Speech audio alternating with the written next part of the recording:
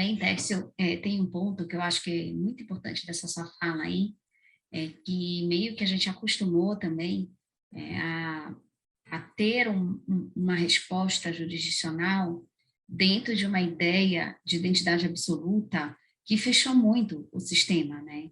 Então, tudo aquilo que pode transbordar, né, daquela decisão é passível de ser questionado em outras teses que derivam daquela que foi julgada.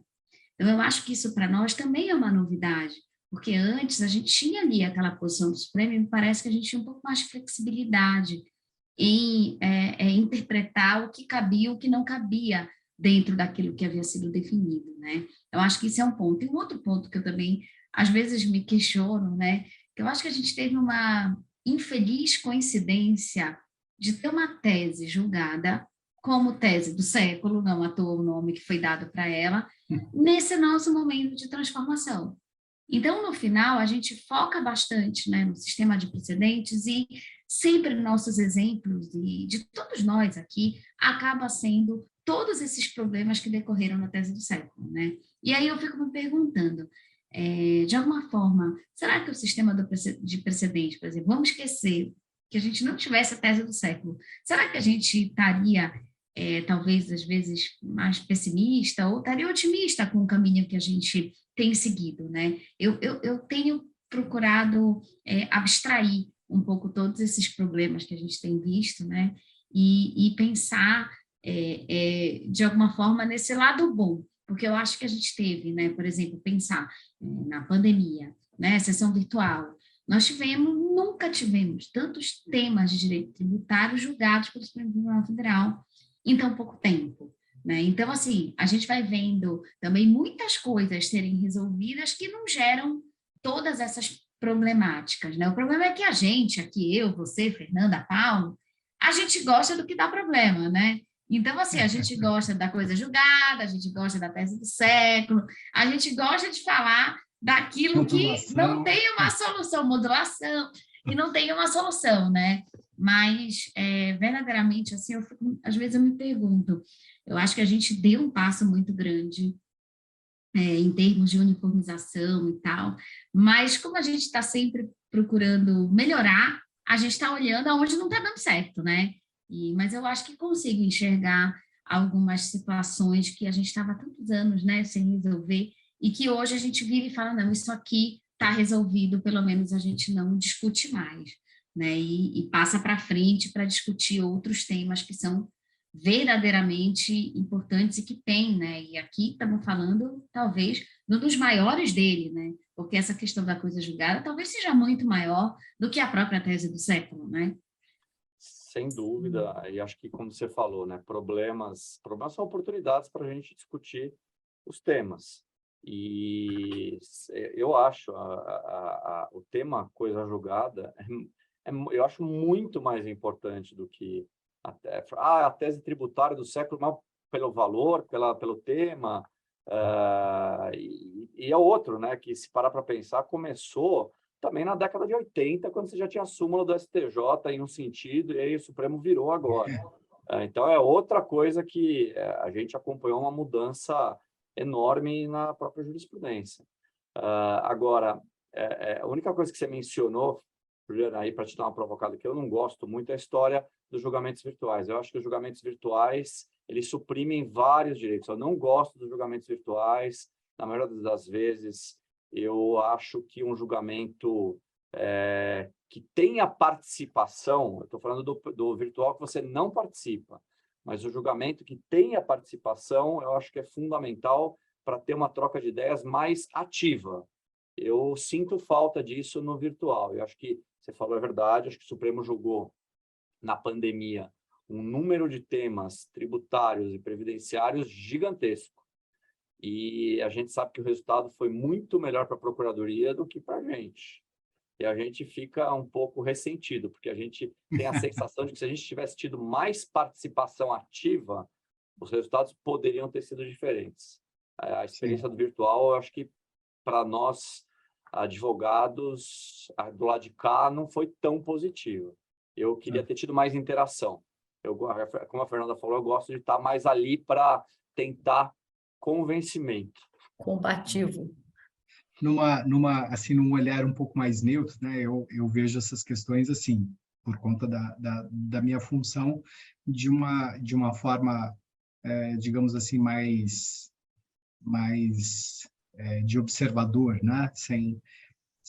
Com um pouco mais de neutralidade, talvez, não sei, mas, enfim, o fato talvez é que a gente tenha ido de um radical para o outro muito rapidamente, não é, Tércio? Eu acho que tanto no que se refere a essa forma de julgamento, né? Mas também em relação à coisa julgada, né? Porque apesar dessa visão ser né? Tá em construção há anos, enfim, mas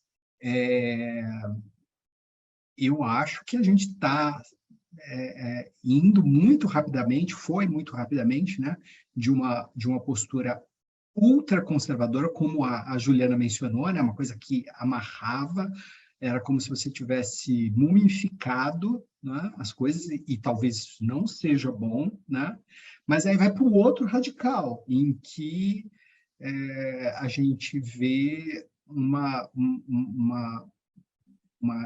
insegurança muito forte, né? Embora alguns parâmetros sejam defendidos, talvez não sejam os melhores, né? Mas, por exemplo, o 492 defende apresenta alguns parâmetros, né? Talvez podem não ser muito bons, mas, enfim, o fato é que a gente não tem hoje resposta para isso, né? Tanto que na relação com os seus clientes eu imagino o número de saias justas que você tem que usar, né? Tem que vestir. Mas eu tenho a impressão que a gente está saindo de uma coisa, indo para outra, para tentar buscar o caminho do meio, né? Que sempre ensinaram para a gente que era o melhor, né? Eu acho que é o que está acontecendo, e acho que é natural a gente passar nessa transição que a gente tem uma turbulência. E acho que a certeza é que a gente está abandonando aquele modelo ele está ficando para trás. Agora, qual que é o modelo que vai ficar? Eu acho que é um modelo em construção. Então, é natural que haja uma turbulência bem maior. Acho que agora... e a incerteza faz parte. Acho que a incerteza agora é clara, né? E você acha que tem algum tipo de... A gente está falando de tributário, né? Mas o tema, evidentemente, que transborda, né? Ele pode ir para outros tantos domínios, e vocês veem, especialmente nessa análise, né? Que você e sua equipe está sempre fazendo, você vê algum nível de interferência de outros assuntos na definição de rumos que seriam importantes para o direito tributário? Às vezes eu fico me perguntando, mas quando o Supremo delibera, por exemplo, sobre rever coisas de aposentadoria, desaposentação e não sei mais o quê, e ele está passando necessariamente por esses assuntos. Lá no fundo, ele está rompendo com orientação pré-ordenada, né?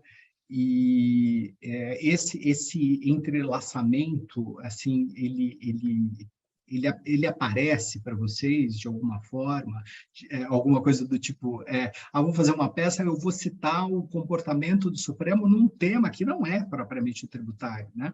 Mas em outra esfera. A gente tem pensado muito sobre esse tema, até para tentar encontrar paralelos em outras áreas e em outras situações, especialmente de relações jurídicas continuativas. Mas a verdade é que é muito difícil você conseguir sair e encontrar situações similares. Claro que outros ramos vão ter também, muito mais no público, eu acho, muito mais questões de legalidade, sem dúvida. Mas agora, você sabe que a gente fez um exercício, não é fácil você encontrar uma situação semelhante. Não é. Eu até, quando a gente estava discutindo um tempo atrás, eu achei que a gente ia encontrar várias situações, porque claro que tem. Mas quando você vai buscar concretamente, não é muito fácil achar. O que para mim também foi uma surpresa. E aí você vê que a importância volta de novo, né, para o tributário. Eu te coloquei essa questão como uma curiosidade mesmo, porque eu sei que o trabalho, a mineração feita, né, pelo advogado é completamente diferente do que a gente faz, né? E eu, na minha função, a minha preocupação. Às vezes eu acho que eu faço mais escavação quando eu estou como professor do que como julgador, né? Mas na advocacia, assim, essa mineração é constante, né? Então é uma curiosidade realmente que eu tinha, né? Porque às vezes a gente tem a impressão que o problema da coisa julgada é um problema do direito tributário, né? Rigorosamente não seria, Então, mas eu acho que propaga, né, muito mais impacto, né? Não é, e eu acho que também a gente está passando, como a gente está falando de fases, né, do novo código para cá, em que a gente está aprendendo a questão dos precedentes, acho que a partir de agora que a gente vai ter que começar a confrontar. Porque uma coisa é a mudança de orientação do Supremo em período anterior ao código, ainda não tinha sistema de precedentes, vinculação. Tá, essa novidade. Agora que a gente está começando a pensar em exemplos de outros ramos também. Mas não confesso que não está sendo fácil encontrar, não, paralelos, viu? Mas com certeza tem, claro que tem que ter. Sim, sim. Até porque uma decisão desse naipe vai resvalar, certamente, a gente não está em outras áreas, mas quem advoga em outras áreas deve pensar, nossa, isso vai resvalar em mim de alguma maneira, né? Acho que até a grande preocupação que os ministros devem ter é justamente muito mais no que isso vai significar para tudo do que unicamente para o caso concreto. O fato de ser CSL, porque tem 50, 60 empresas que têm essa decisão e se beneficiam, acho que isso é o menos relevante dessa discussão. Acho que o mais relevante é o que vai ficar para o futuro da coisa julgada. E com certeza vai impactar muita coisa que nós não estamos enxergando ainda. Então, é aquela preocupação do desconhecido. A gente espera que eles tenham essa sensação, porque não é para resolver o problema da CSL. É muito maior do que isso. Muito maior. E às vezes eu tenho dificuldade. Será que eles entenderam isso? E até pelos exemplos que são dados nos votos, eu tenho dificuldade de ter esse receio, na verdade.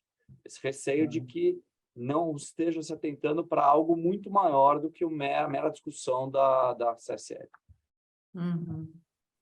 Ô, Tércio, você que é professor de processo civil, se você estivesse dando aula para um grupo de graduandos e tivesse que definir coisa julgada, pensando assim, né, em termos práticos, né, é uma turma que está, sei lá, no 5º ano já, aula de prática forense. Como é que você faria, hein? Olha, bela pergunta.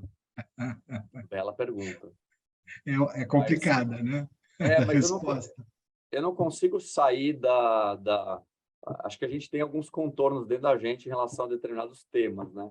Eles, às vezes, aumentam, mas eles existem. Eu acho que a coisa julgada sempre vai ser uma proteção de uma determinada a relação jurídica, processual de uma decisão emanada por um ato do Estado. Então, é aquela proteção, só que ela não é uma proteção absoluta, talvez, mas ela não seja tão absoluta quanto imaginávamos. Ela tem condicionantes. E quais serão esses condicionantes? Os próximos capítulos vão nos mostrar, mas é uma proteção, sim, mas não absoluta e a depender de determinadas situações, eu diria, né? E que isso vai evoluir na questão dos precedentes, que serão fundamentais para a evolução desse instituto. Mas acho que não dá para a gente escapar de pensar que ele tem que continuar sendo um instituto de proteção e que dá um mínimo de previsibilidade. Acho que é o mínimo. Agora, o que a gente está discutindo é até onde ele vai, né? E Qual é o tamanho desse mínimo? Mas não pode sair disso, senão não dá. Tem que ficar, tem que ter um contorno. Afinal de contas, é a base constitucional, né? A única coisa da qual a gente não pode abrir mão, né? Exatamente. Mas excelente. Paulo, para finalizar, eu acho que, assim, se pudesse falar uma frase final, seria: o princípio de tudo é o da impermanência, que rege a vida. Ou seja, a gente vai precisar estudar muito ainda até o fim, até o dia que a gente largar, né, a chuteira, mas é o da impermanência. Bom, acho que é isso, né? Tá super bem falado. A gente agradece, Tércio, muito o teu tempo e, enfim, acho que você tem tanto conteúdo que a gente ficaria aqui muito tempo para falar da coisa julgada, experiência, gosta desse tema, luta, e é uma pessoa que contribui muito para o desenvolvimento desse tema no ordenamento jurídico, enfim, de tudo que a gente constrói. Então, muito obrigada. Eu que agradeço muito a vocês pela oportunidade, é um prazer imenso estar dividindo com vocês algum conhecimento que eu tenho sobre o tema, sobre esse, e estou sempre à disposição de vocês, por favor, fiquem à vontade, as portas aqui, minhas e do meu escritório, estão sempre abertas para vocês. Muito legal discutir e estar sempre dividindo experiências com vocês. Muito obrigado, bom te ouvir, Tércio, excelente, viu? Parabéns, eu acompanho aí todo esse seu trabalho nesse tema e vamos esperar, né? Gostei da sua definição de coisa julgada, viu? Achei ótima. Pena que... Eu tinha certeza que você ia gostar. Pena que eu não estou ainda na faculdade, não estou mais na faculdade para ser sua aluna, né? Mas eu acho que a gente vai ter em breve, viu, Ju, Fê? A gente vai convidar novamente o Tércio para falar sobre coisa julgada pós-julgamento. Sim. É verdade, com certeza. Eu acho que a gente vai ter uma rodada interessante, mais interessante ainda. Sim. Vai se preparando, Tércio. É isso aí. Tem alguma segurança? Vamos ver. Vamos lá. É isso mesmo. Obrigada, gente, muito obrigado, viu? Obrigada. Obrigado, um abraço. Até breve. Um abraço. Viu? Até mais.